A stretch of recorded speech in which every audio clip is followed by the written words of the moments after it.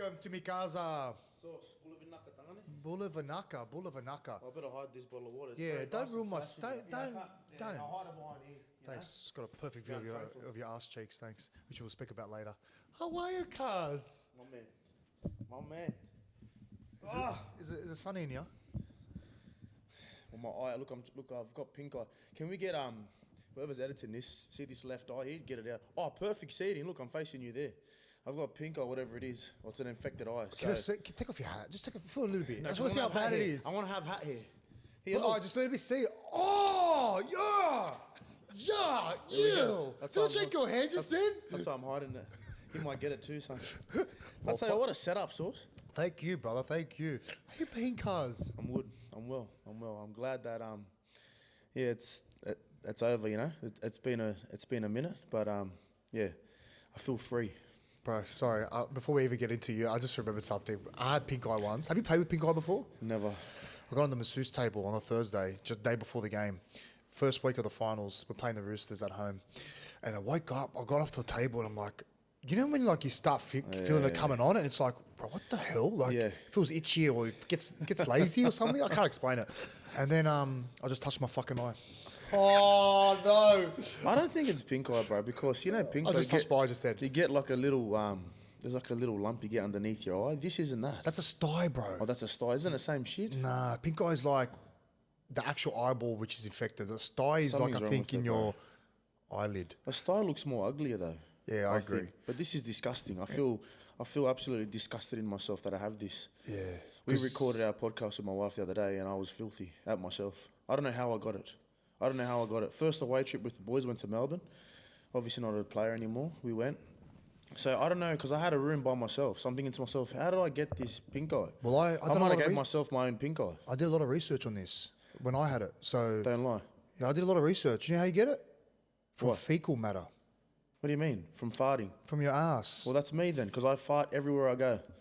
And I had no roomie. So obviously I'm leaky ass mask. I'm just farting.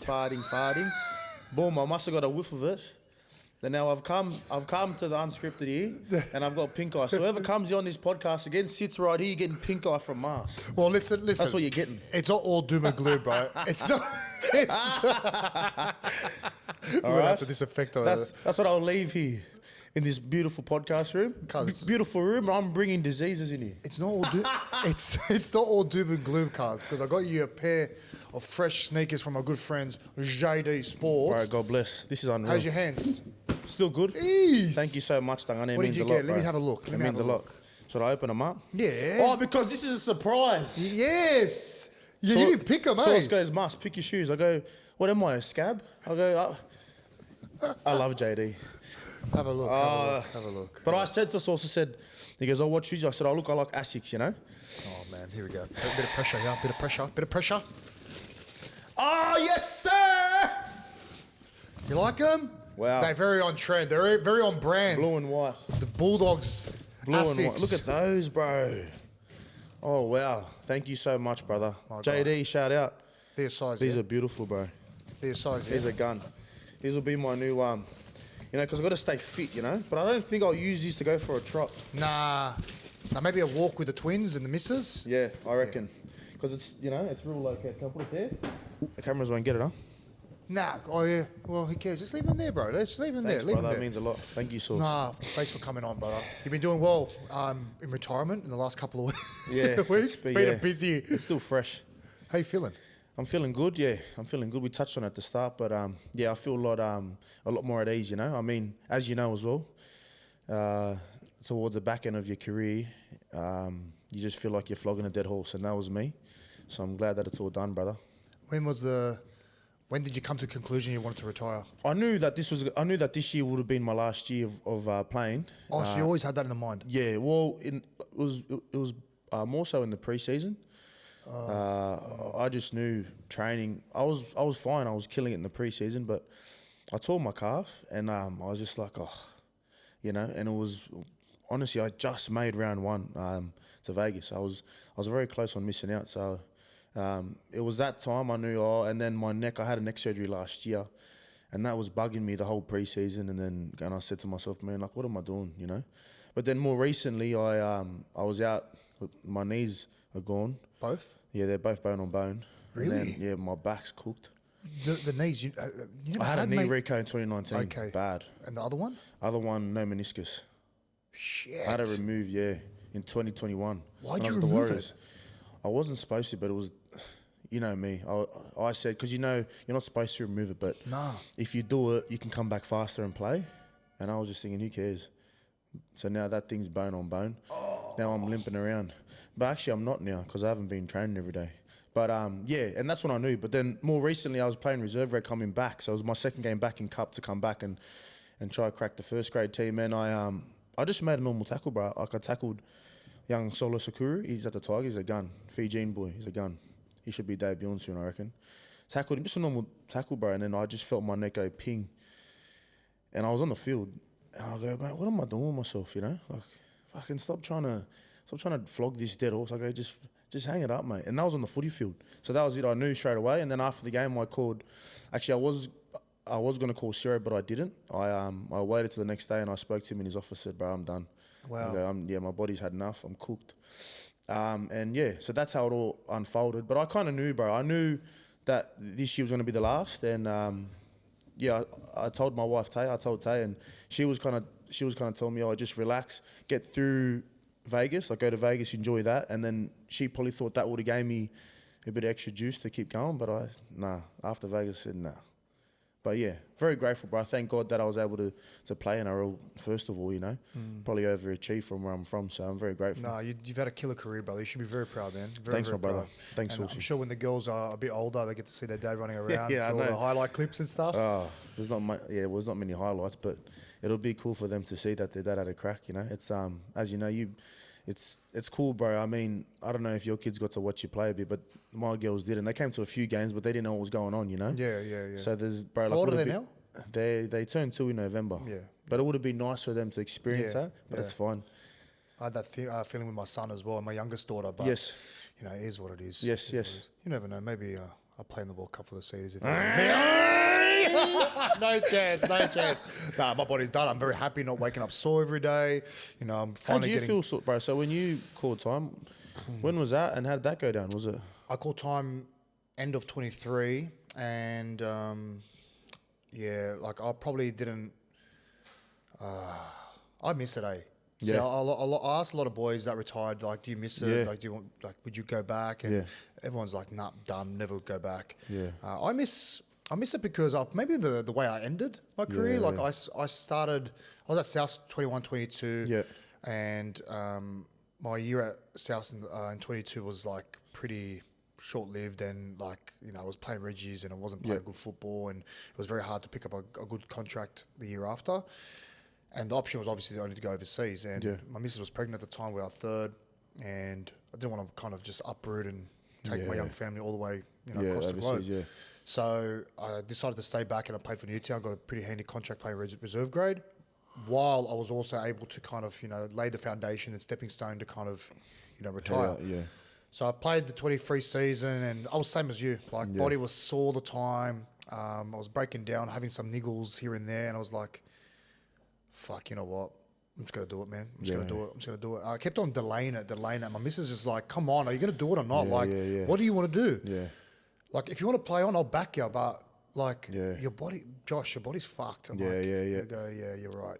And then I just said it. And when I did it, it was literally on a podcast chair. So I didn't get the ceremonious send off and wave the fans. I didn't get that, which I would have liked to say goodbye to the fans, 100%. especially the Penrith fans. But yeah, I didn't get that. I just sat on the chair, set it down the barrel of the camera, and it was just, it was a weird feeling after it, because it was just by myself. It was just me and the camera guy, and it was just that was it. I feel weird now, bro. I actually do. Like you say you miss it. I don't miss it yet, but I think the only thing I miss is you know, that like the 2-minute bell when you're in the huddle with the boys. Best feeling in the world. That feeling. You'll never match that, cuz. I miss that. I miss that. I don't miss the prep. I don't miss the feeling after the game the next day or the next 2-3 days. But I do miss that 2-minute bell, running out with the boys. But besides that, I don't. But I feel I don't know, bro. Like, even the last few days, like going to Melbourne was weird for me. Yeah. Because I was saying, like, yesterday I had a conference, a wellbeing conference, and I went, I was talking. I was like, I felt weird. I felt like I was there, but I was like, what am I doing here? You know what I mean? Like I'm not. Imposter? Yes, I felt like, what am I doing here? You know, like because I wasn't playing. You know, and the last time I travelled with the boys, I was playing. So it was that's such a weird feeling, bro. Like being there, watching the boys prep, and it's different to training because I know that I'm done. But I think over time, time will fix those kind of feelings, and I guess I'll find my way, and because I just don't want to be around and be like a, you know what I mean, and be I don't know, like just be a nuisance, or like a hanger-on, or I feel like I'm just here for the laughs and the connection, but I want to be there to add a bit of value. But yeah, at the moment I feel like that, and I feel mentally a bit flat, but I think that's probably all a part of it, right? I think the transition will be easy for you because you're going to be around the boys. Yeah. It's actually it's going to have the opposite effect Bro, because 100%. you're still around training. You've seen them the way they train. You'll be like, fuck that. Thank God I'm not doing that again. Bro, but if you were away from that, I reckon it actually hit you harder. Yeah. If that makes sense. 100%. Well, bro, like a lot of boys I've been talking to about it, like I spoke to Josh Jackson about it. A few of my... One of the greats. Yeah, bro, champion. A few of the boys that I played with that have retired, and they've said, mate, the first year's the hardest. Like the first year when you... I don't know, bro. I think because that's such a big part of your life, right? Everything you've done, right, when you were a young fella was to be able to get there. And then you've just done that for years and years and years, and it's been ingrained in you, and that's all you know. So when it's taken... Well, it's not taken from you. Well, it kind of is because your body says, no, like it's enough. I think that feeling is weird. I'll tell you, I'll throw a question at you. So, obviously as a kid, your number one passion was what? Rugby league. Yep. Okay. So now that's done. What's your passion now? Still rugby league. I love it. Actually, sorry. My passion has always been rugby league. I love it. But then what I've learned over the years is my passion has always been helping these younger boys, because even I realised when I was coming through my career from the start, I was always very caring and giving to some of these, like with my time, I'd give all my time to boys. I've asked a lot of people that, and that's the number one thing they say to you. Like you always give time, you're always like there to lend a helping hand. Bro, I always want to help, because I see these young boys in our source and I think, wow, that's a young Mars. Like that's someone, and like if you walk in, you see a young fella, they're there all juiced up on confidence. They're, look at me, I'm a first grader, but they don't know the little ins and outs or the hard work that goes in it yet. But you know what's good about your personality as well? Sorry to cut you off. Like you're good in the sense that if someone needs a rocket up their ass, like you can hold them accountable. Go, bro, what the fuck are you doing, man? Yeah. Pull your head up, pull your head in. Yeah. Like you need to start like doing all these things right. 100%. Or if they do need a bit of a pick me up and go, listen, what's going on? Like you know, a bit of a cuddle and how's life after away from footy? Yeah. Why aren't because you we understand, bro. Yeah. Like we've been there, we've done it, so you understand what they're going through. It's more the mental side, mate. Like rugby league, mate. If our bodies could do it, we'd play for the rest of our lives if we could. But it's the mental side too, so that no one sees away from the game. What our families see at home, what your wife would see at home, it's and I guess waking up day to day, after a win, it's always easy. When you're winning, everything's easy. Yeah. But when you're losing, that's when I want to be there. Like that shows your true character, right? And how you're bouncing back from those kind of things. Fucking, I love that. And why wellbeing manager? Like, how did that come about? Bro, so when I told Gus, Sorry, how did Ciro take it when you told him that I'm done? Yeah, well, sorry. So earlier, I was injured. My knee, obviously, my knees I missed. I think I played, and then I was out of the team. I got dropped, and then I came back and played. I was supposed to play cup, and then my knees were gone. And then the boys went to play in Brisbane, and then Gus called me and he's like, "Oh, come in today. Well, come in my office to have a chat." And I said, "Sweet." Actually, Gus doesn't have an office; he floats around. So he goes, "Come in, live in his office." I said, "Sweet." So I went in there and we had a good chat. And he goes, "Oh, what do you want to do next year?" I'm not sure if they were keen on offering me an extension. I think they were, just a 1 year for next year. But then Gus goes, "Oh, what do you want to do? Like, do you want to play again next year?" And I said, "Bro, I'm done. Like, I don't want to play." And he was like, "Really?" And he said, "Yeah." And he said, "Oh, why?" And I just told him, and he goes, "Oh, wow." And then he called Ciro, and Ciro thought he was joking. Like, Ciro thought that Gus put it on me and said, "No, you're done." You know what I mean? But it wasn't. I told Gus that, and then Gus had called Ciro, and then Ciro called me and said, "Oh, let's catch up for a feed." So we went out for lunch, and we had a good chat. But he was good. He goes, "Are you sure?" I said, "Mate, I'm sure." And then he goes, like, he told me how he felt when he was gonna hang, and then like we had a good yarn about it. But it was quite easy. That chat was easy. It was more so the most recent one when I spoke to him and I sat down. I said, "I've had enough, man." And then he told me a story about Peter Wallace. Bro, bro, gun about his body, and he had re-signed. Sarah told me he just re-signed. I never heard him complain once. Bro. I never ever seen him in pain. Yeah. I know he was my teammate, and I'm obviously going to be biased when I say this, but honestly, when I say he's one of the toughest players I've ever played with, like spirit and body, he's fucking Penrith through and through. Bro, I'm so glad he got the coaching gig. Bro, that's what Sarah was saying, and I said, he goes, mate, Mars, he was playing his last year without an ACL. Yeah. Last couple of years, I think. I had no idea. No one knew. No one would know. And I said, what? He said, mate, and he goes, but he was cooked. And he said the same thing. He sat with Gus and said, I'm done. I think he still had a few years running on his contract where he just re-signed. He was playing that good. They just re-signed him. And then he just said, no, I've had enough. So I think it happens a lot more than what we know, but you just don't hear it. So that's how it unfolded with Sierra. And then he was all good. But it was like a weight off my shoulders when I told him, And what about the podcast when you started it with your missus, Tayla? Yeah. How did that come about? Yeah, so we're in New Zealand, and Tayla was working on a breakfast show over there, Jono and Ben, and she was a producer, and all the content that we're using was her. Like, it was, bro, because we talk some shit at home. Like, it's dark humor. It's fucking, we just go at each other. Love that. And we just spray everyone. And so all the content that they were using for the show was all her content. And then this guy named Craig Bruce, he was a consultant with the radio station in New Zealand, and Craig Bruce is well known in the radio industry. He's put some big names together and stuff like that. And he goes to Tayla, you need to start your own podcast. And then she was like, oh, what do you mean? So then they started doing pilots with a few people. So she did a pilot with this Instagram, what do you call them? Those influencers. So she did one with her. It was actually really good. And then she did one with one of her workers at the radio station, Bryn. He's hilarious. And then he goes, oh, do one with Mars. And she goes, mate, Mars is going to do one. And he goes, no, trust me, just do one with Mars and see how it goes. So she just brought her phone home and put it on the dining table in New Zealand. We sat down and we just sat there and spoke. But we filmed, there's about 8 pilot episodes that haven't come out of us just fucking talking that much shit. And then Craig Bruce goes, nah, you need to do it with Mars. Like, it's going to be like hilarious. And she goes, oh, Mars, would you do a podcast? I said, no way. No way I'm doing a podcast. I go, mate, I didn't even got social media. You want me to get on there, tell stories about my life now, about us at home? I go, I don't talk to anyone. She goes, and then she goes, fuck you, you're doing it. I said, no worries, boss. So that's how it started. So we started recording from our spare bedroom at home. I love it, brother. That's why I think people resonate with that. Like, it's what a couple goes through day to day, like none of this like polished and holding hands, walking down the beach. Like, fuck, man, like it's hectic. It's fucking hectic having a relationship, especially being married these days. Mate, we got 50% divorce rate, man. You think it's easy to be married? Wow. Yeah, well, that's what I'm saying. I mean, look, at the end of the day, you just got to have a bit of fun, right? Yeah. I mean, we know that there's a line we don't cross, and I don't know, we just know it. Like, we look at each other and it's just, but we just go for it. We go for it, and I think it's important to have a bit of banter. Like, you have to laugh, man. And that's how we've always been through good times and bad times. We always joke and laugh.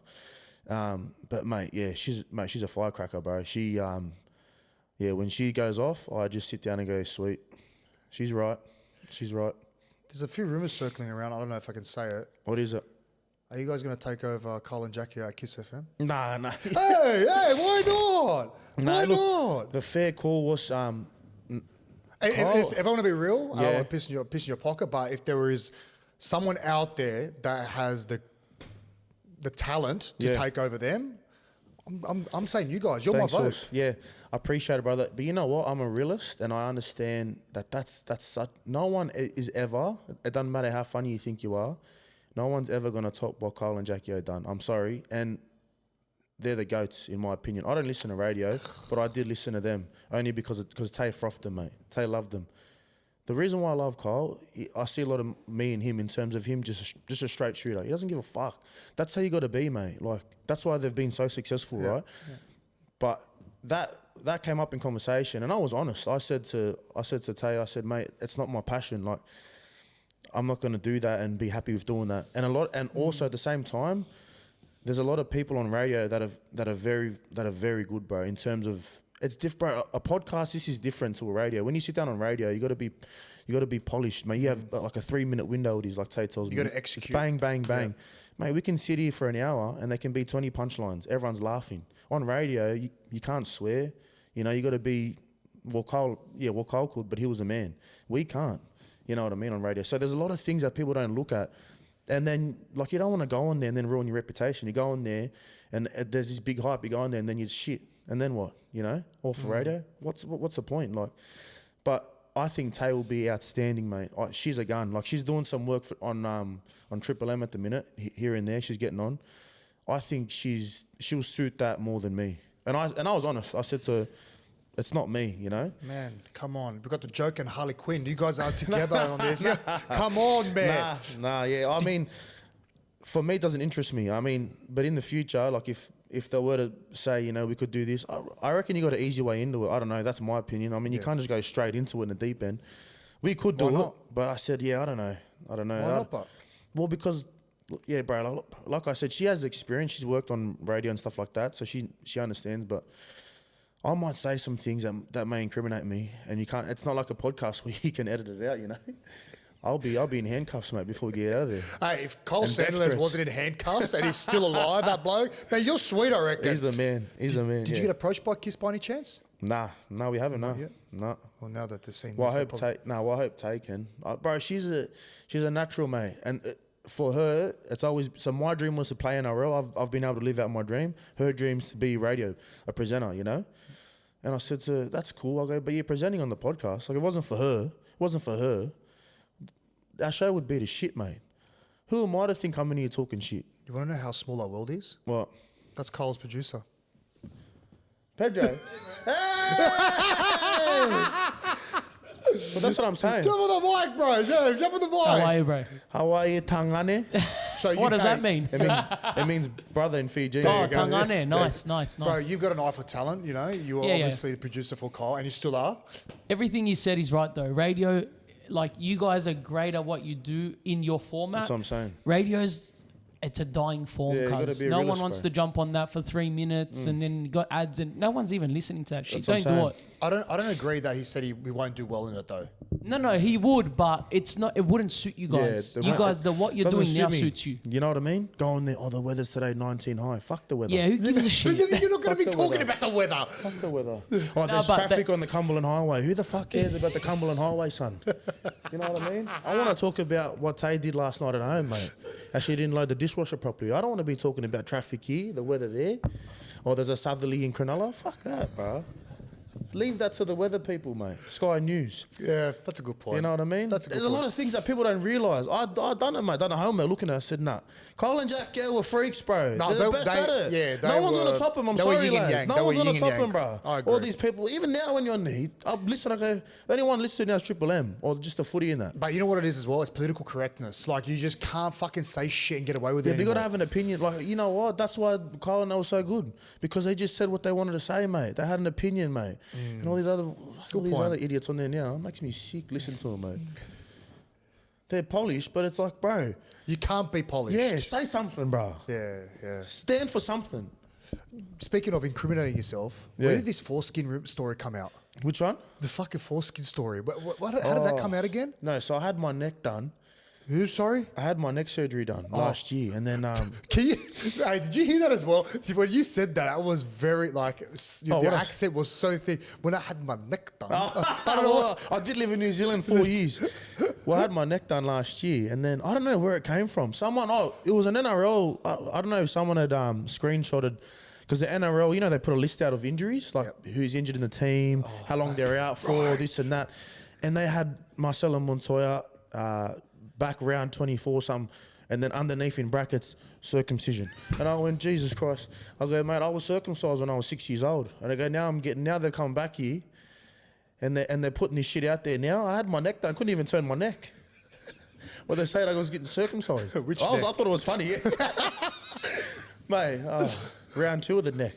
But yeah, it was hilarious. But we spoke about it on the potty, and I called my doctor, and he made sure that it was all sweet. Oh, that is the best. It was hilarious. He's the man. That is the man. best. So it was off of some fan page, and and it just circulated. And it went everywhere. Were you rattled? No, I didn't give a shit. I got a podcast out there of me and my wife, everything we do, circumcision. Who gives a shit? When it comes to the podcast, how much material are you bringing to the table? Nothing. We had a fight the other day. It was bad. Yeah, it was bad. We had an argument. Yeah, we're recording our Patreon out. And then Tay goes, what are you going to bring, Mars? And I was an arsehole. I said, I go, look at that screen. Montoya, that's my last name. That's what I'm bringing. I go, shut your lips. I go, I never want to do this podcast. She bang, lashed out. Bro, you dog. Our producer's sitting there. I'm laughing. He was sitting there where Pedro is. And Tay's giving it to me. And I'm just like, fuck. And I said to myself, you deserve this. Everything she's giving to you, you absolutely deserve it. What were you thinking? I know, what was I thinking? I was upset because of my pink eye. I couldn't bring any content. I said, how about I bring my pink eye content? I didn't want to record that day. She goes, shut your mouth. So I was bad. And then I was sitting there and our producer, he was rattled. He was on his computer. George was looking for shit. I go, George, relax, bro. He's trying to look busy. He's trying to look busy. George goes, are you alright? I go, George, shut up. I go, you haven't argued with your missus before? I go, this is on camera though. I go, don't cut this shit out either. He goes, no, we've got to cut some shit out. And Tayla was quiet sitting there and I said, oh, you're a prick. So we had to start the Patreon app again. I don't care. Bro, it's all fun and games, but I need to bring more. I need to be better, mate. I need to be better. When was this argument, by the way? Recording our podcast. What day this week? Sunday. Okay, so we're Tuesday. So we're fine now. Did you bring I apologise to her. I hug? apologise. Yeah, you did. You have to. That's the thing about honesty. But then when I'm in the wrong, I apologise. Her, on the other hand, never. Nah, she does. I'm G'ing up. She does. She's gonna come at me here. We might have to fact check some. Maybe we call her later, or maybe we've got something exciting at the end of the show. Towards the middle of the show. You can't stitch me up because I'm honest. I've told you everything. Yeah, well, we'll find out. We'll find out. Back to you and your incredible career, brother. You come back to the Bulldogs, full circle moment. How did that come about after you left the Warriors? Yeah, so I was at the Warriors and it was 2024 and I was still on contract for one more year, but Tay was pregnant with the twins. And I went and sat with Webby and I said, mate, look, this is a situation. I've got one more year left. I said, I want to stay, but if you, can you offer me something for a bit of security? Because she's about to give birth to twins. And he was like, oh, at the moment, Mars, he was honest. He goes, we can't offer you anything, but if you hang around, then there might be something at the start of next year. And I said to him, bro, fair enough. I said, there's some teams back in Sydney that are keen. Mad. So I said, are you happy if we talk? And he said, mate, 100%. He was champion, Webby. So we did that, and there were a few teams that were keen, but obviously the Dogs, bro. So the Tigers were keen. I spoke to Benji a few times, but then I think they were waiting to get rid of someone to free up some money, and for me it wasn't really, and it was more money to be honest than the Bulldogs, and longer term contract. But I said to myself, I'm a Bulldog through and through. I was a local junior, came through there. And for me, to be honest, Source, I know this might sound a bit stupid, but I've never really been about the money. We had kids a bit later in my career, and Tay's always worked a full-time job, so I never really went to places for money. It was more for opportunity. So that's where my head was, and then I knew that I always wanted to come back to the Bulldogs. But who knows, mate? If the Tigers had freed up the money earlier and Dogs, I didn't speak to Ciro or Gus yet, I probably would have went to the Tigers, But the way it ended up was I spoke to Gus and he said, yeah, done straight away, 2-year deal. And then I said, awesome, bro. So it was quite fast. It wasn't, because I said, mate, Tay's 32 weeks. She can't fly after next week. Yeah. So we got it done in the space of it would have been 48 hours. Gus called me. Then Ciro called me on the phone. We're in New Zealand. And I said, mate, I'd love to come back home. And that was it. So you always had the intention to come back? I didn't. Okay. I didn't. But I think in life things change, right? Tay was pregnant. Who knows? Even if the Warriors had offered, maybe I would have stayed there. But in all honesty, I don't know how we would have done it if we stayed in New Zealand with the twin girls. No family around.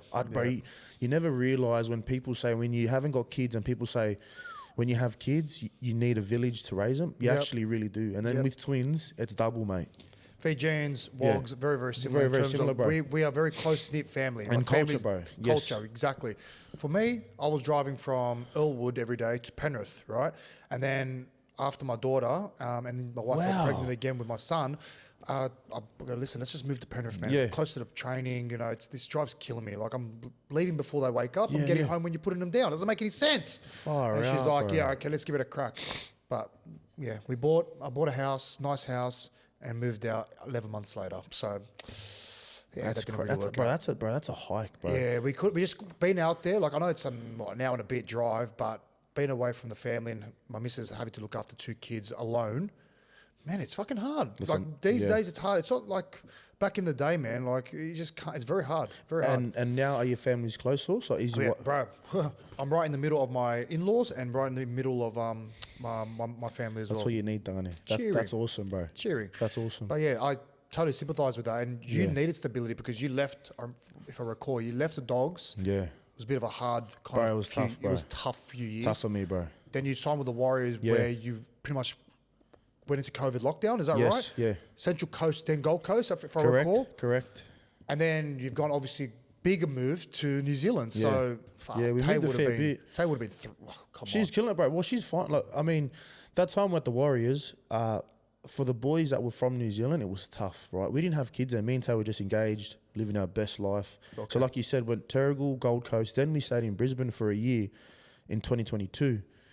And then we went back after that season to New Zealand. So, but for us was unreal. So Tay got a good job in Brisbane. So she did a show there, Stav, Abby and Matt, and she was a producer for them. Wow. Like, so she was living her dream. Like we lived in Brisbane City, but Brisbane is beautiful. I love Brizzy. Brisbane is shout out beautiful. To Brizzy. Shout out to Brizzy. Mate, Clayfield, we lived at. And Tay, from our house to her work was only a 10-minute drive. And I drove to Redcliffe every day. But it wasn't that bad. But, mate, we loved Brisbane. So she thrived there, and then she actually moved to New Zealand before me because she got a job. Oh, wow. She got a job, and then so she had to go before me, bro. But yeah, for us, it was a great experience. But now that we have kids, mate, it would have been tough not seeing my kids if I was a Kiwi boys back then, you know? I can imagine. So you've come back to the Dogs. How different was it when you left compared to when you left? Yeah. We touched on that when I left. It was tough, bro. I was depressed. I was over it. I didn't want to play anymore. I was, mate, done. If it wasn't for Tay, I probably would have threw it up. I was done playing footy. I was over it, bro. Mentally drained. You lost the love for the game? Bro, lost it. Hated it, bro. Hated it. I was done. And so when I went to the Warriors, I got that love back again. And when I came back, that's the only doubt I had. When Sarah asked me, he goes, on the phone, he goes, is there any doubts that you have? I said, mate, when I was there last time, it was a tough environment to be involved with and be around. And he goes, Mars, it's changed a lot. Bro, the first day I walked back in there, I went in there before we started preseason just to go meet everyone again because there's always new staff. And when I walked in there, I said, this is the real Bulldogs home, you know? Like when I walked back in there, I said, wow. Everyone was so welcoming. Everyone was beautiful. It was a great environment, and that's what I noticed as soon as I walked back in those doors. So it was, it's changed a lot. When I say you, I say blue and white. Like I just categorize you as a Bulldogs player. Same with Josh Jackson, right? So when you did come back to the club, like, what did it feel like? It was hard for me, Source. I was getting death threats, bro, when I was there last time because I was playing that shit, and it's fine. I was depressed, very down on confidence, playing shit footy. And so, bro, I was getting death threats left, front, and centre. That's why I got rid of my social media. That's the last time I had Instagram. Are you serious? Yeah. But I learned that I couldn't, like, some boys can sit there and scroll and say, everyone says, don't read the comments. It's bullshit, bro. Yeah. In the end of the day, we're human. We want to see what people think. I don't care what anyone says. True. So you look, you scroll, and then you get into a hole. All of them were me. So I was like, fair enough. I probably deserve it. But as a human, bro, I was rattled. So that's why when I came back, there was so many, I guess, I don't know, like just so many doubts about that. Am I going to cop it again? All this kind of stuff. But it wasn't, bro. It wasn't. Why? Because I was a changed person to when I was back there the last time. When I was there last time, I was very below the line. It's everyone else's fault, pointing fingers. You know, I wasn't really looking in the mirror saying, bro, what are you doing better to be able to allow you to be the best version of yourself? So when I went to the Warriors, I told myself that I never want to feel that pain again. And so it was always, to me, leave that jersey in a better place than it was when you got there. And that was my mentality when I went back to the Bulldogs, to have, you know, just to put it back in a better place. And not only on the field, but what I was doing at training, the way I was off the field with the boys, with my family. So you learn a lot about yourself, bro, going through all these hurdles. And I know that I wouldn't have gone through, I wouldn't be the man I am, and I probably wouldn't have come back if I didn't go through that and then go to the Warriors. So very grateful for all of that. Well, it definitely made you more resilient. Yeah. Did you ever go to the police with these death threats? Nah, I just called my brother. Brother? Bro, I'm from out west, lad. Me too. We need the cops, cuz. few phone calls, bro. We're done. We're sorted. Did you ever? Did you ever? Yeah. Did you ever like?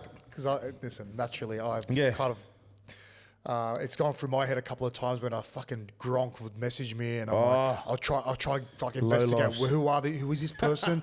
Anyway, have you ever tried like, fuck this cunt? I'm gonna fucking find you. That's why I got in trouble. I messaged someone, bro. Reverse St. George. I was playing centre.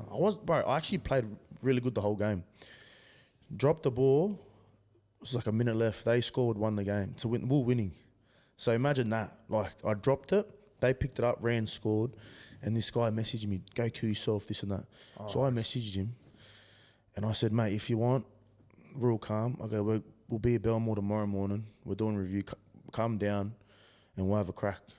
So he dropped his name. He went, he showed the CEO. I got in trouble. What? Yeah. What a gronk. So he came at me.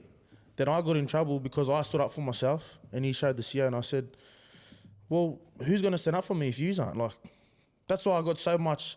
Like, I feel for the boys now, you know? I feel for them. And you know what? It's not only footy, bro.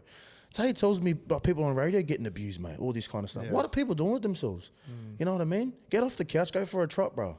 Stop sitting at home. Yeah, 100%. But that's their agenda, bro. And it's never going to change. If anything, it's going to get worse.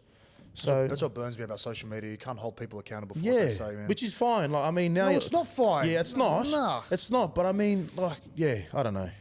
Like, you can have an opinion, but at the end of the day, like, you got to be respectful. Yeah. Like, I'll take on your opinion if you're respectful, and like if you're going to, get personal and call people names and degrade people. Like, why the fuck would I listen to your opinion? Get 100%. I think the death threats is like that's crossing the line. That's overboard, man. Yeah. Like, death threats is like to the point where you want someone dead, bro. Like, literally, it's like in the end of the day, it's a game, bro. It's a game. We got to think these guys are probably on the piss. They're probably, they're probably not in the right headspace. Yeah, you know what I mean? And fair enough. But just keep the death threats out, please. Yeah. Call me shit, call me whatever, but don't, the death threats, chill. Like, I think, was it 20, I can't remember the last year the Bulldogs played finals. I know we played them again in 2016, that was it. Oh, was that it? I wasn't playing, I debuted in 17, but they played, I remember, you versed them at SFS. Yeah. And you won. Yeah.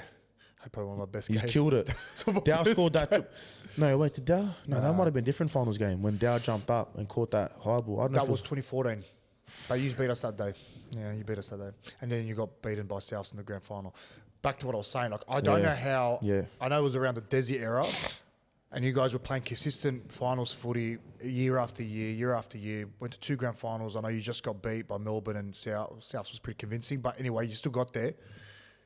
How did you guys just fall off the cliff after that? Like, what? Yeah. You were there. You were in the thick of it. And this is not to disrespect anyone or bag anyone, but how do you, in your experience, what went so wrong? Well, I was young then, so I was playing like when they were 2012. I was Harold Maths, and then I came through. I was coming through the grades, so obviously aspired to play NRL and obviously I crack it one day. But to see the club doing so well, like Des just won a comp at Manly, and then they signed him, and then straight into a grand final, and then 2 years later straight into another grand final. So it was very special times. But I don't know, man. Look, I don't know what it was because I was still young then, but I don't know. Like maybe it was like the senior boys not adapting or Des not adapting to the change of the game, like the way the game was going. I think a lot of these young coaches these days they understand the game a lot more, and I feel like the way training is structured, it's around like how we're going to get the best out of these boys, but not doing too much, like not trying to flog the boys to death, but understanding that this drill will lead to this on the field if we do that. Yeah, it's communicating that to the playing group, You know what I mean? Right? So I feel like we're, I don't know, like maybe the senior boys weren't seeing that back then. I don't know because I was only young then. But what about your time in first grade when you come in? So yeah, when I came in was unreal. So Des gave me my jumper to debut. And I loved it, but looking back now, I was naive because when you're young, you're just happy to be playing, right? Exactly. You come in, you don't care about culture. I don't know if you really look deeply into it. You don't look deep, bro. Yeah. And that's what I'm saying. When you come in as a young fella, it's all about, wow, look, I want to debut. And then it's about how many games can I play, this and that. You're not coming in, bro, like you're not telling me that someone that's playing reserve grade saying, I want to win a comp as soon as I debut. You're full of shit, bro. Like all you want to do is play NRL.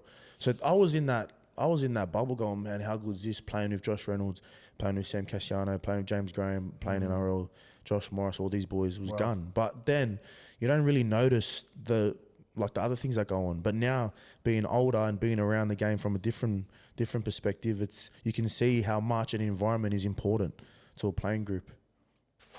Yeah. Because obviously the fan base is probably one of the most passionate in the game. Yeah. And they have high expectations, and so they should, because it is a big club. Yeah. It is a big club. And I just, outside looking in, I could never make sense of how just the club was just not successful. Yeah. Like, just... It was how many years was it? You guys were stars of the finals footy. Would have been, 7, 8 years maybe? 17, 18, 19, 20, 21, 22, 23. And then 24 was when they played the first final series. There you go. Yeah. Back again from 2016. So, but I guess, I mean, I reckon what you're trying to say is how long we were there for, that period was probably, I guess, out of character for a Bulldogs team, because the Bulldogs club are very proud. The history runs deep, man. But I guess where we're heading now is the most, I guess, exciting thing, Yeah. And that all goes back to an environment, and that's what, players like Critter, Kicks, Ciro, like the coach, they've created this environment now where the boys come in and they're happy to be at training. They're learning every day. They're getting better, and that's what's pretty cool now. I love it. High Performance Centre is being built. Yeah. When will that be done, you reckon? I'm not sure. I think they said early next year. Really? That quick? Yeah, Feb or March, I think. And will you guys still be training there? Will you I think play any games there at Belmore still, you reckon? I'm not sure. Maybe they will, because, I think so. I don't know though. I don't know. Yeah, but it's you can see it on the hill. It looks awesome. It's going up pretty fast. So yeah, exciting times ahead, bro. So if you were to identify the differences from your first spell to this second spell at the club, what was the biggest change in your opinion? Oh, chalk and cheese, bro. I mean, it all starts at the top. I don't care what anyone says. That's true. Yeah, because it trickles down. It has an effect on the playing group. And so I think, look at the Tigers, for example. Yeah, 100%. No disrespect, but oh shit. Edit that out, please. No. Okay. So if we need the Tigers as an example, like you've got two franchises merged into one, so you've got two identities, right? Which is going to constantly be, because it's going to be constantly infighting amongst yourselves at top level, and it's going to come down to the playing group. For God's sake, they're complaining about what colour the jersey is, man. Oh, it's not enough Magpies. It's not enough Balmain. Like, fuck Balmain. Fuck Western Suburbs. Use the West Tigers now. Get on board with it. That's enough. But even the Dragons, same thing. Dragons. You got Illawarra and you got the Dragons, St. George Dragons. See, I don't see it in this, but yeah, it starts at the top, bro. And why I say that is because when I went to the Warriors, there's only 4 people that it goes through. There's no board. There's no nothing. It's the owner, the CEO. There's three, and the coach. 3 people, bro. 3 people make the decisions, and then recruitment's done, like obviously between the coach and then the recruitment officer, right?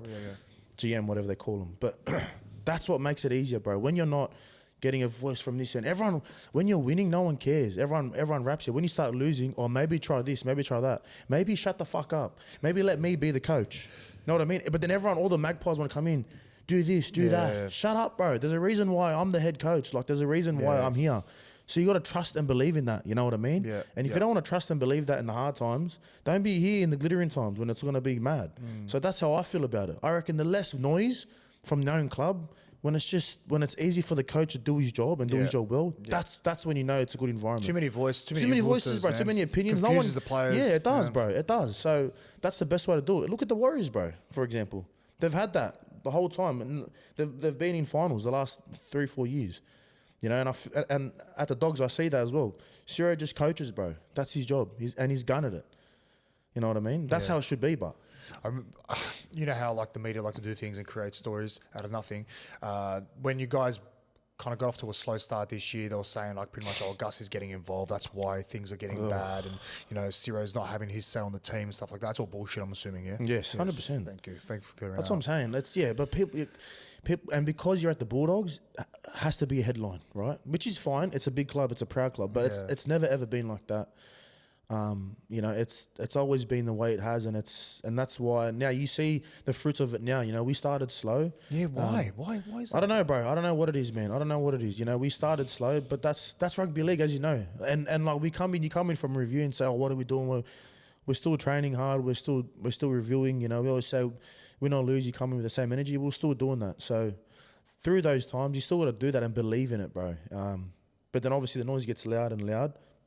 It's part of rugby league. It's part of it, bro. That's one thing I won't miss.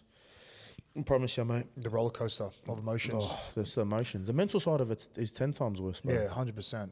Well, it's half the battle, like you said, because you can... Footy players, as you know, like, we're playing injured all the time. We're playing in pain all the time. Yeah. So it's having to kind of accept that first and then actually train and push through that 100%. pain before breaking or just throwing in the towel. You know what? This is fucking too much for me. Bro, 100%. 100%. Fuck. So you can't really put a finger to why you guys started slow. Can you put a finger on why you guys are now kind of turned that around and now potentially going to be playing finals? Stuck at it? Stuck at it, you reckon? We just maybe? stuck at it, bro. So we came in and like I said, win, lose or draw, we came with the same attitude, positive. Where can we grow? What can we fix? How do we do it? And we just did that every week, bro, and just put our heads down, worked hard. We didn't listen to the outside noise. As you know, it's always there. So we just said to ourselves, just keep trusting and believing in this. And then now I guess it's showing that now the boys are happy, they're playing happy, and it's nice for me to see that, and see some of these young boys come up and get a run. Like that's what excites me. Like I see Jack Underhill, like the last few months get a debut. Players like AJ, Jethro, like these are boys that have come through the system. And so that excites me, bro, seeing those boys and those boys being around players, like I said before, Viliami and Critter, and learning what it looks like to be professional, bro. So that's cool. I love that. You were at Bankstown Junior, Bankstown Sports Junior? Bankstown Bulls. Oh, you Bulls? Bulls, yeah. Yeah. Hello. Hey, some good players out of there. Talk to Daniel me. Tupou out of there. Oh, really? Ryan Madison. I thought it was Barella Bears. Yeah, he went there for 1 year, so we'll take him. Where will you claim him? 300 gamer, he's a freak. Freak. Who else? Ryan Madison. Oh, Jethro yeah? Renakama's from there. Come Oh, on, bro. really? Yeah, 100%. So still strong club, huh? Strong I club. don't know now. I haven't been back. I go back here and there for those for the league visits. But yeah, I haven't been back in a while to see how it's fully run. But yeah, it was a great club. What was it like playing St. John's Eagles? It was always a rival, bro. They had a gun there. They had a gun player there named Amro. Excuse me. He was a freak. He played Harrow Mats with me. He was a centre. So, but every time we versed St. John's, it was always on. Actually, the home ground just down here. Yeah, no. Full circle for me. Yeah, So that was crazy, my bro. junior club. Was it? That was my junior club. How'd you end up at Penrith?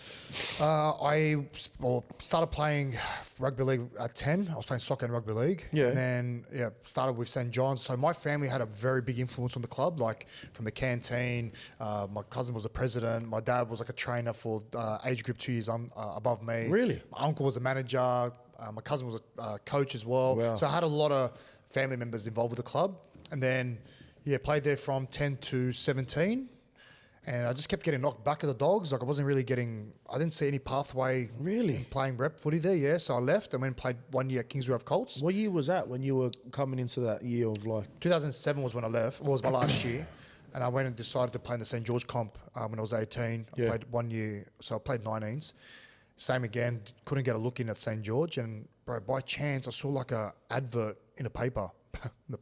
To show my age. Holy and it was shit. an open tryout for North Sydney Bears, reserve grade. Wow. I went and trialled out at TJ Milner and Bride. Yes. But there was 6 teams and we're just playing scrimmages against each other. And I remember the last game, the coach pulled me aside and goes, "Oh, don't play the last game. Like you've had enough."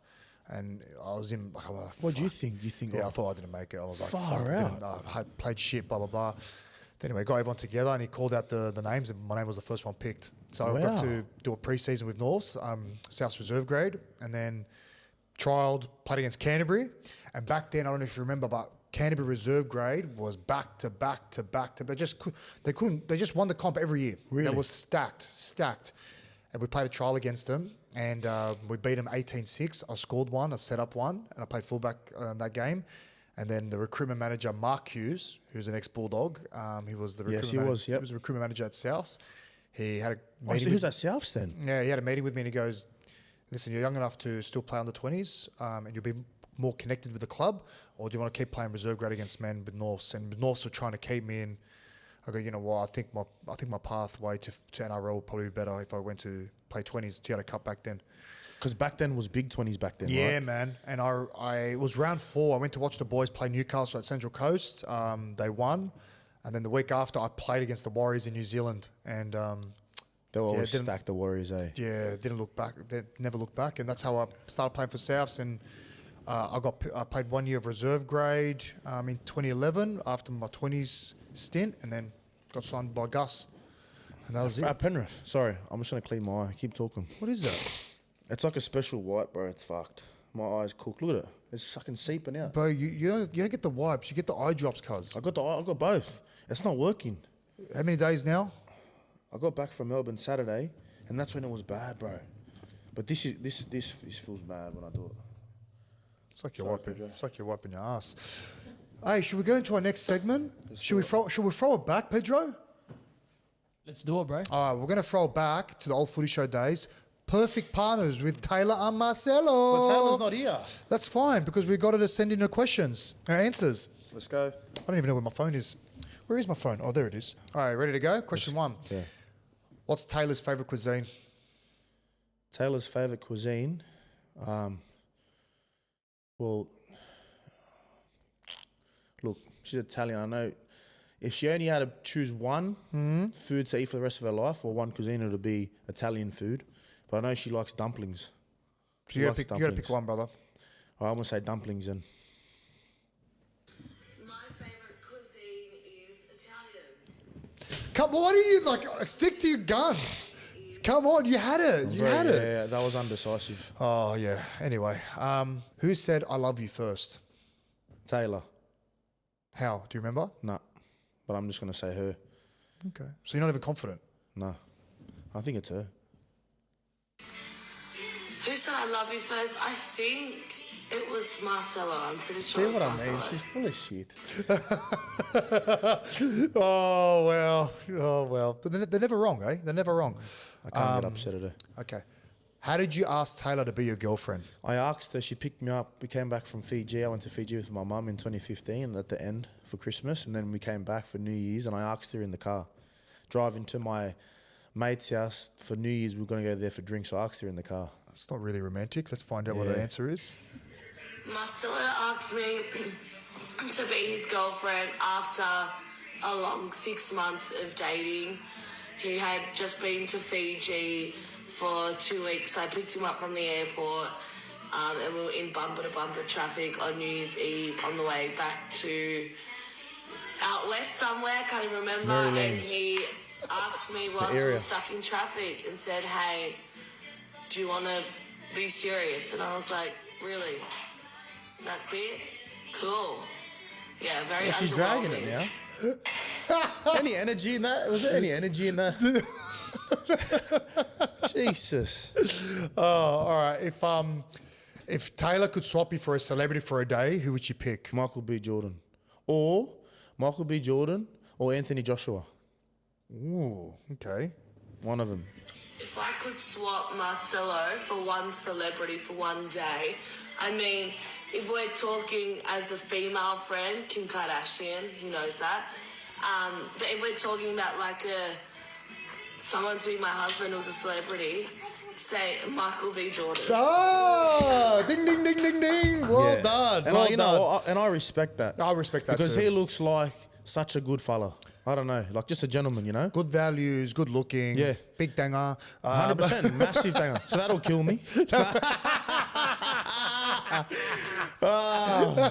know, he turned down Kim K. That's why I like him.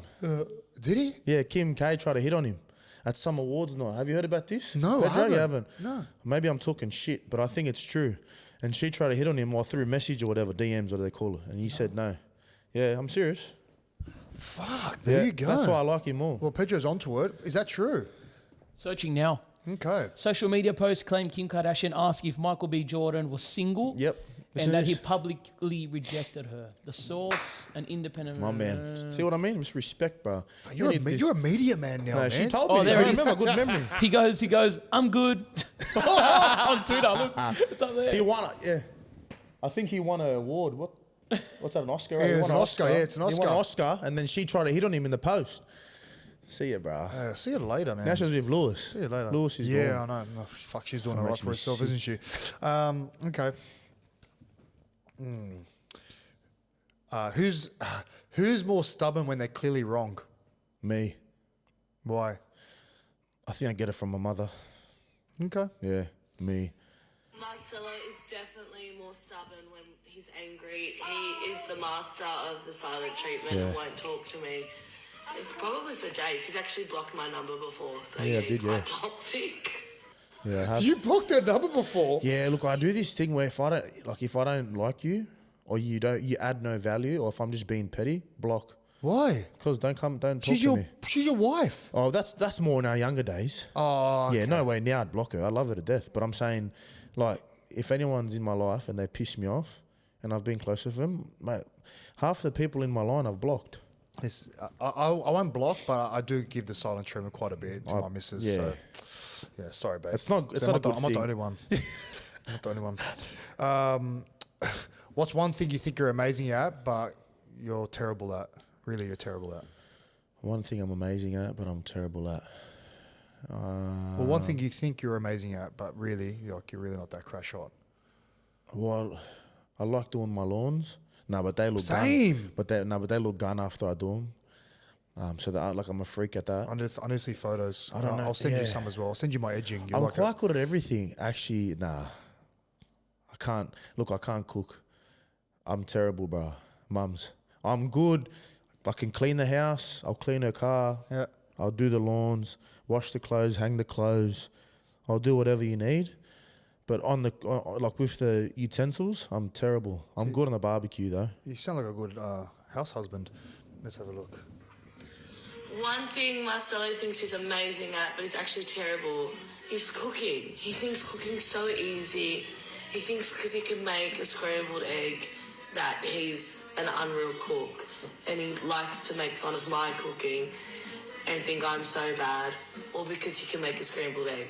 She's actually right. You know. Like I know how to cook a agreeing scrambled along egg. with that lately. No, but I always search up, like when she's at work and she goes, I just feed the girls a scrambled egg. I go on YouTube and how to make it perfect. It's weird, eh? I know how to make it, but I like to see what I they used do. to do that. Do you? I used to do that. Just yeah, to see how what they do to make it look the so fluffy. temperature, Yeah, everything. Do you go? Mate, it's low. You have to do low and then you just keep like that. So you put it on low heat, Yeah. a bit of oil on the pan, Bit of oil, obviously, and then you pour it all out, and then give it a couple of shakes. That's it. Keep a couple of shakes, and then through the middle, through the side, That's and all I then do. just constantly just turn it around, yeah, and it looks Makes like it a nice fluffy. fluffy rose, like a little rose petal, rose flower, whatever you want to call it. Okay, who wears the pants in the relationship? This is gonna kill you to say her. I think when it comes to making the tough decisions, that's me. But in terms of putting me in my place, she puts me in my place. So maybe we share the way, like, yeah, when it comes to making decisions, I make them. No. Don't twist the question. Like, who wear 'em. wears the pants? I'll wear them, I reckon. Okay. All right. But she's You sure you? All right. she's a strong woman. So you're going with you? Yeah. I would like to think I wear the pants in the relationship, but in saying that, Marcelo is very stubborn and strong-headed, so he actually doesn't even listen to me. I was right. You've been was right. right, Yeah, yeah. you've got to feel right. That was another argument, actually. I wanted to buy a nice dining table when we moved into our place. We went there and she seen it. She seen the price. She goes, fuck that. And then I said, I won't get it. And then she walked with the girls and I went and said, I'll get it. I'll call you up. I want this one. Put the deposit down. I left and then I ordered it. Came home. She was livid, mate. Didn't talk to me.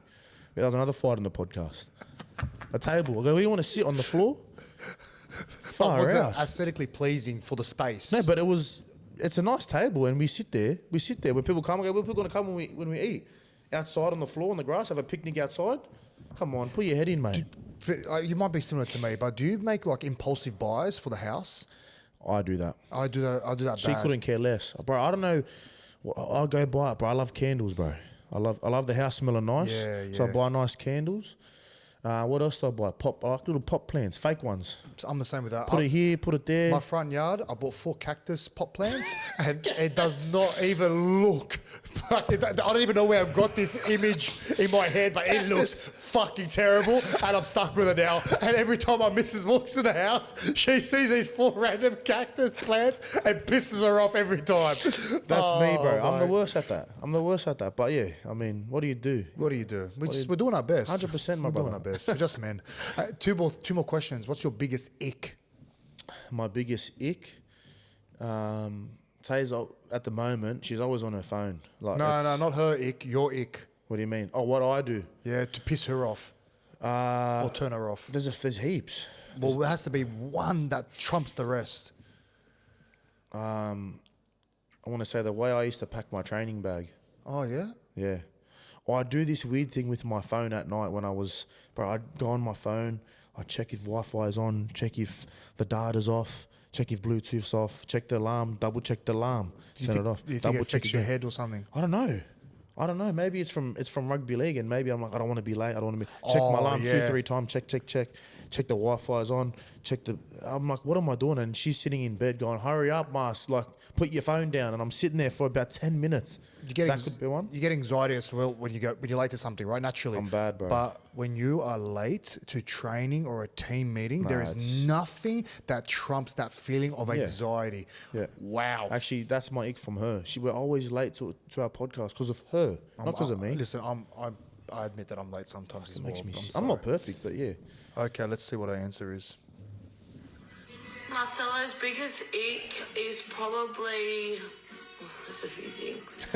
Is probably his ass. It never stops. Honestly, I've told him to go to the doctor so many times because I think he has IBS. Yeah. There's no stopping that thing. And, like, it's not even just, like, a polite little whatever. It's a toxic smell. It demands the attention of the room, and it smells the room out within seconds. It's disgusting, and I hate it. That's bad. You know, like, I don't like talking about doing shits, but, mate, I know it's only been 2 weeks, but when I was playing, mate, 5 shits a day, bro. You know why? Why? The protein, bro. Yeah. Has to be the protein. But now I'm still doing 3 or 4. Weird, eh? We've come back to... Yeah. Sorry. You've heard worse than that, but fuck. Oh, he's heard way worse than that. I think you touched on it before during the show, but what was the last thing Tayla got mad at you for? Oh, the podcast. Yeah. Let's see what she says. I told you, see? Yeah. You were on it. You've been pretty good today. The last thing I got mad at Marcelo for was like literally a day or two ago during our podcast recording. He doesn't bring anything to the table, expects me to just have an endless list of shit to talk about, and I don't. So we had a full-blown fight during the recording, which our producer, I think, has deleted the audio, hopefully. Bro, it was brutal. Well done. She sprayed me. What did I say? I said, well, I shouldn't have said this. Okay, well, you're a producer, mate. Like, I was being a smart ass, the way I said it. Yeah, okay, well, you're the producer, aren't you? Big time hotshot producer. EP, they call you. And she goes, her face, and she goes, fuck, and then sprayed me. She goes, I think she might have said I was a shit winger. She went there. And I said, fuck. That hit hard. You've really I hope pissed he her off. keeps it in. It was great. See, imagine we're on radio and that happens, mate. That's the gold. No. He would admit it. Well, that's not the result that happened with Colin Jack. Was the opposite. That's, yeah. Oh, true. So that's, yeah. Oh, you done really well. That was all right, eh? Well, we've got another fun segment coming up, and it's Truth or Sauce. Woo! We're sweating now. Bro! And I know you like spicy food. Oh, shit, sorry, Tay. But, yeah, he might have to eat some spicy food and be Truth shitty or on the way. sauce, what are we doing? Well, I'm going to ask you a question. This is the game. Yeah. And the game will be changing soon, so make sure you stay tuned. But I'll ask you a question, and you either answer it truthfully, or you got to have my hot sauce with my amazing hot body on that bottle, and chip. This is your sauce. Yeah. Sauce for sauce. I love that. I'm going to be honest with you as well. It is very out of date, but that's okay. You'll be okay. You'll be okay. And yeah, you ready to go? Yes. But you can also ask me a question. Oh, so, I can. Yeah, so you can boomerang. All right. Okay. And So you can get done as well. yeah. All right. Okay. All right. Truth or sauce? And I think it was in 2018. You were photographed passed out on the side of the road during Mad Monday. Truth. Like, bro, just let shit. me finish. Is it true that you passed out after only 2 beers? Nah, false. I had a fair few. I had a fair few beers, mate. Yeah. You know when that happened? Yeah. I remember that. Someone That stitched me was up. yeah. I was waiting to go home, mate. I promise you. Yeah, it wasn't. Look, I probably drank a bit too much. Stupid of me. I've learned a lot over the years. But How old were you? I would have been 20 or 21. Wow. Yeah, so I was young, and you know when you're around the boys, you can be a bit. It's Mad stupid. Monday. Yeah, but I shouldn't have. Yeah, I probably shouldn't have drank that much. But mate, I was honestly waiting outside to get picked up to go home. It was I think maybe 8:30 or 9 at night, and I was waiting. I was sitting on the chair, and I promise you, like this is what happened. Josh Morris walked out. He goes, "Marcel, I'll be back. I'll get you a glass of water." I said, "Perfect." I was sitting on a stool, and I just fell asleep. No, I promise. So I fell asleep for about 2 seconds. So as I fall, bang, fell, and there was a barrier next to me. I've cleaned that up, and I was on the floor, and that would have all happened in the space of a minute or 2 minutes. So these guys have snapped up those photos like that because I was like, bang. J-Moore's heard it, sprinted out, picked me up. So they must have taken it within like 20 seconds or 10 seconds. They've gone bang, bang, bang. So I was like, good on them. Like that's effort to be in the tree, wherever they were taking these photos. But yeah, not my finest moment. And yeah, but That was the biggest blow up, like stitch up. Yeah. Like, mate. it is what it is, bro. I mean, like these are things that I've learned over the years that I can share with the boys. And you you know? can laugh. You can Yeah, look back but and it's- laugh on. Did you ever find out who told them where you were? No idea. No idea, bro. I don't know. But yeah, I mean, in the end of the day, this is my look at it now above the line. If I could control what I could have controlled, I probably should have drank a bit more water, Marks. Don't be an idiot. Don't try to carry on like you're, a veteran of the game. You can drink. You've been drinking. Just shut your mouth. Have some water. Sit down. So Live and you learn. Huh? lesson learned. Bro, is your last name? I remember seeing this on Wikipedia. This is not true to source, by the way. Yeah. But your last name, it's Hispanic, Montoya. Yeah, Montoya. My dad's Chilean. Like fair income, Chilean. Yeah, my name is Marcelo Eduardo Montoya Jr.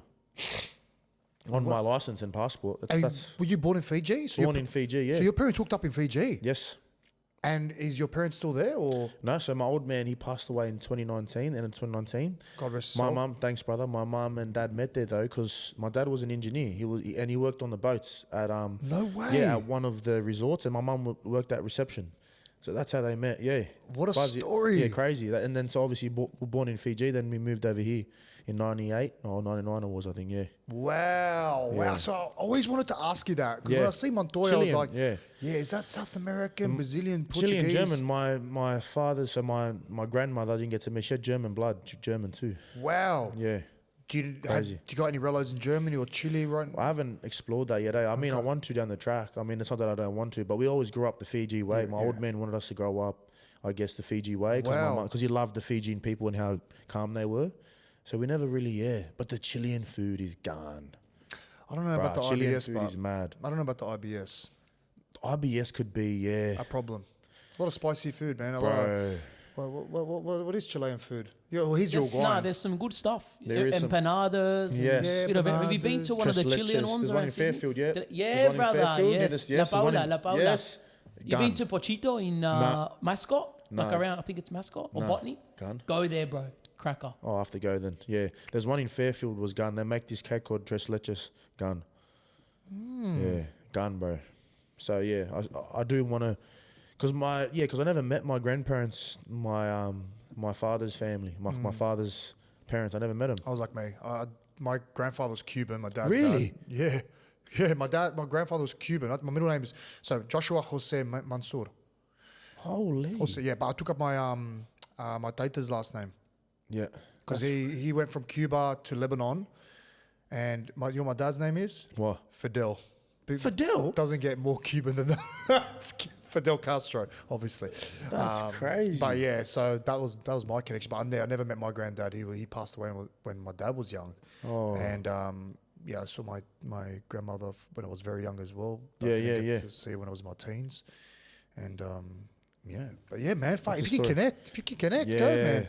I'll come with. 100%, bro. I'll come with. Do you want to ask me a question or do you Nah, want? I don't have any. Yeah, I cool. should have wrote some down. No, yeah. we can pause if you want. Nah, it's alright. Cool. Thank God.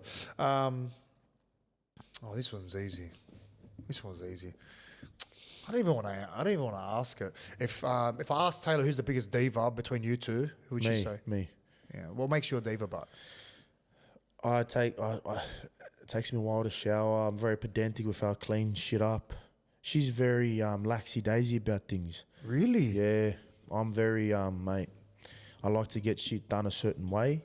She doesn't like that. But that's who I am. No, that's it. Never changed. Nah. So that's how I am. I love that. I love that.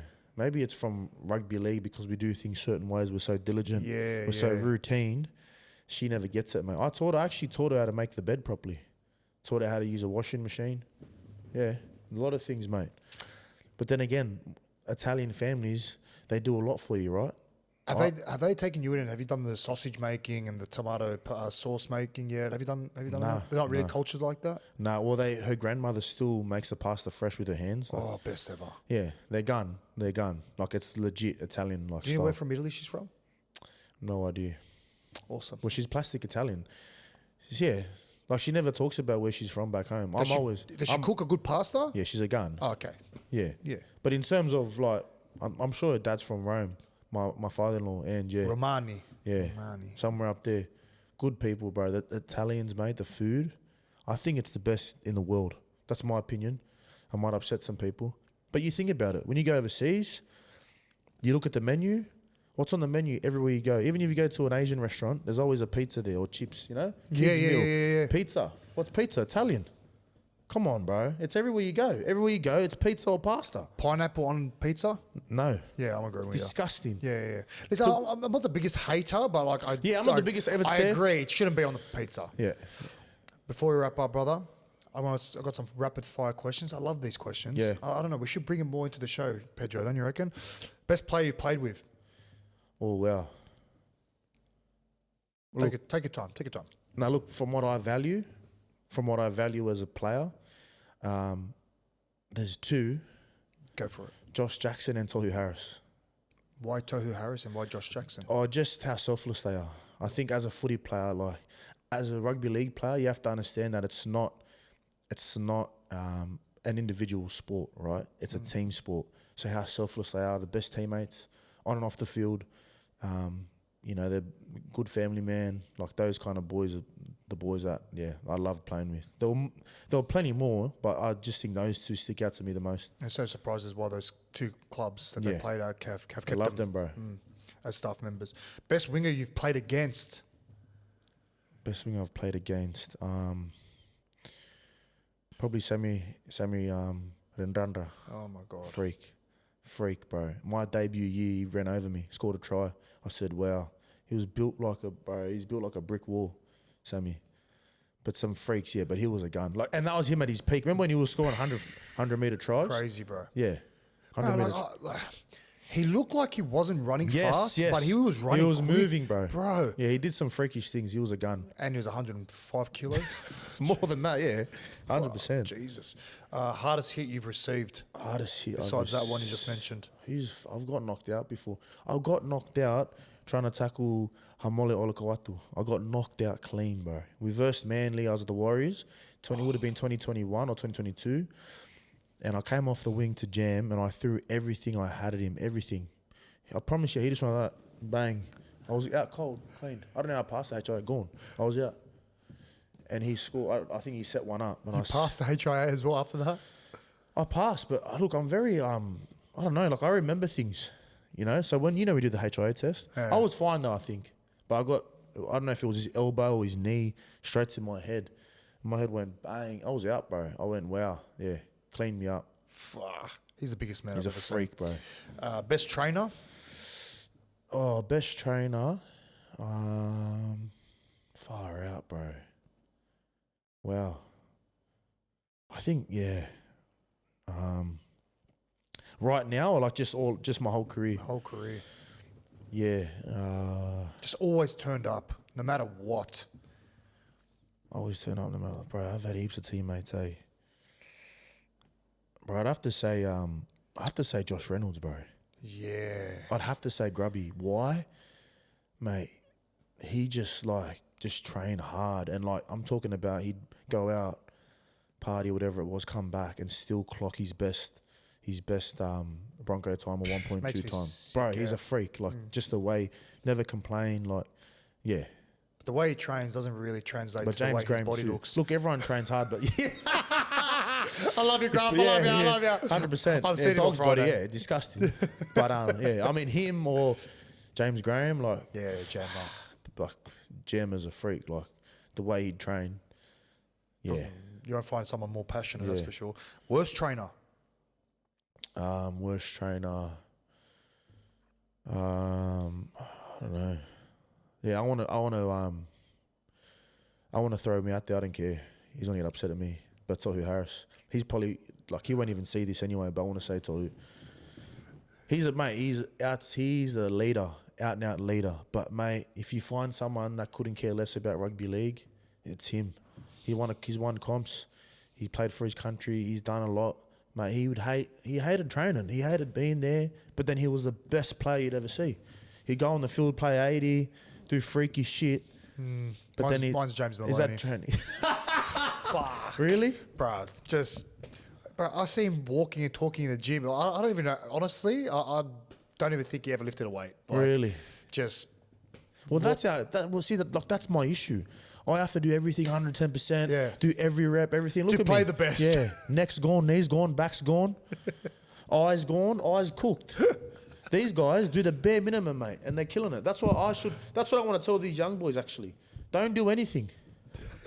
No, I'm teed up. I'll lose my job. Funniest teammate. Funniest teammate? Oh, bro, there's a few. But yeah, mate, Tohu Harris, dark humour. Viliami Kikau's the same. Vili is hilarious. Vili's funny, but what's his humour like? How would you describe it? He's not really into the dark humour. No, it wouldn't be dark, but just like a prankster. Prankster, take the piss. You know what Critter's like similar to Critter. Yeah. But Kicks, but Critter's hilarious too. Critter's funny. He's like almost... Critter's funny to the annoying. Like, it's annoying. Pest. Yeah. Pest. Well, that was my next one. Who's the biggest pest? Yeah, Critter's a pest. Yeah. Critter's the pest. Hey. I remember... this just come to me. I remember bumping into you after... I think it was on Mad Monday, I think. It was 2021. We're on the piss, and I bumped into you out somewhere. I swear I did. Did you? You, Adam Fanua-Blake, Sean Johnson was there as well. Oh, yes. Do you remember this? No, I don't remember most times. Yeah, bro. It was like a quick little interaction. In Gold Coast? Yeah. Do you remember? We quickly bumped into each other. I shook your hand Were quickly. you at South Stand? Yes. I remember. Bro. Because you guys were staying at the queue, bro. You guys were staying at the queue. Yeah, we were trying to get Peppers, but you got in before us. Peppers. What a hotel. That's crazy sauce. Lucky last. Yes. Fijian massage or traditional massage? You mean like a Fijian, I'll go Fijian massage. Yeah, I read something about your mum like trying to get you back. Freakish, bro. Actually, is that fair? Did it actually happen? Well, there's a lot of things that we try, but yeah, my mum's a gun, bro. I go Fiji massage. I broke this finger in Fiji. I don't know what we were doing, but I broke it when I was a bit younger. And my grandma, I was young as, bro. She ripped it back into place, ripped it back in, and just started. I was screaming in agony, but then a week later, I could bend it again. It's still broken. Look. Yeah, I'm the same. Yeah. Holy. Yeah, I'm the same as you. Look at that. But yours is from footy. Oh, looks like Fletcher's. Have you seen Fletcher's one? Oh, Fletcher's is disgusting. Yeah. Disgusting. Brett Kites used to be like he was that, a gun, bro. Yeah, wow. Boys' fingers, they just go from rugby league, eh? That's nuts. Imagine cricket players. Surely they're catching a ball that heavy and it snaps it. They'd be cooked as well. Well, brother, thanks so much for coming on the show. It's been a pleasure. I could talk to you all day, man, it feels like. And congratulations on God bless incredible... God bless you too, bro. Means a lot, I love bro. what you're doing. Keep doing it. And hopefully we catch up soon, eh? Thanks, brother. Appreciate you for having me, man. Yes, my sir. God. Yes, sir. Oh, I've got to disinfect my hand now. No. Fuck. Ah! Pink eyes coming.